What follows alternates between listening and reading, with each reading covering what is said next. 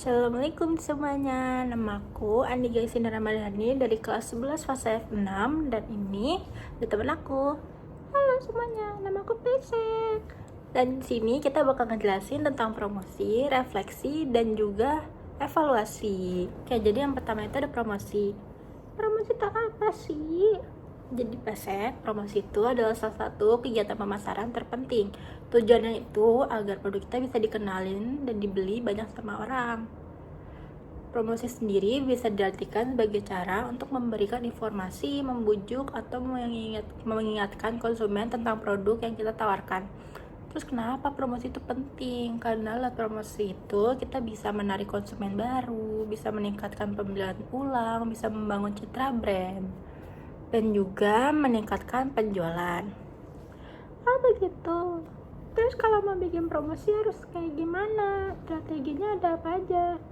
Nah, jadi strategi promosi itu ada banyak.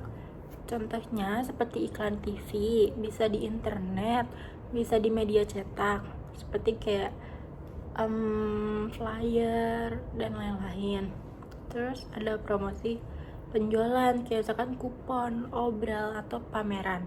Terus juga bisa dengan kita penjual langsung dengan tatap muka, kayak gini nih.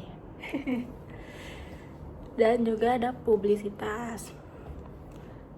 Nah, terus promosi, kita kan udah tahu pesan promosi. Pesan promosi itu dikelompokinnya kayak gimana?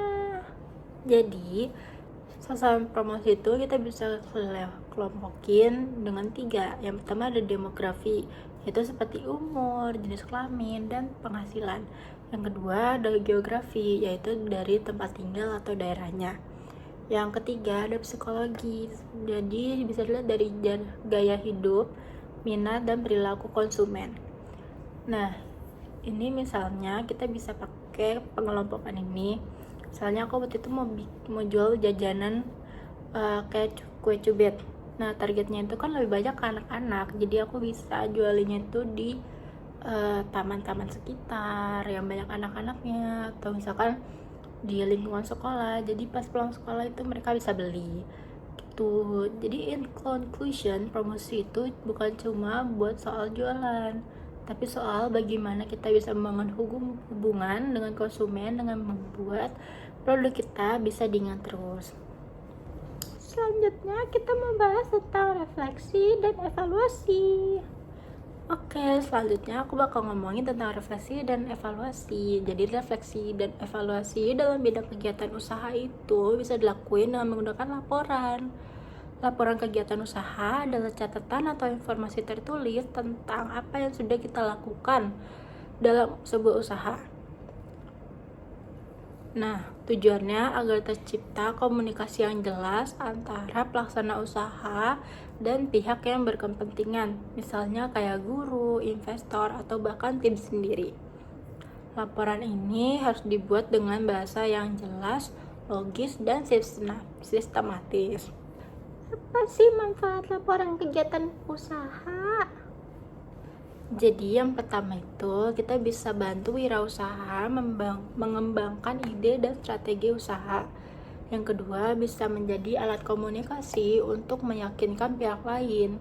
Yang ketiga ada membantu berpikir kritis dan objektif soal bisnis. Dan pastinya jadi bentuk tanggung jawab atas kegiatan yang sudah dijalankan. Biasanya laporan usaha ini disusun dalam bentuk proposal. Apa saja sih yang perlu dianalisa? Nah, yang perlu dianalisa itu ada bidang dan kegiatan usaha. Yang kedua ada rugi dan laba. Yang ketiga ada bidang keuangan. 4 ada permodalan. 5 administrasi dan pembukuan.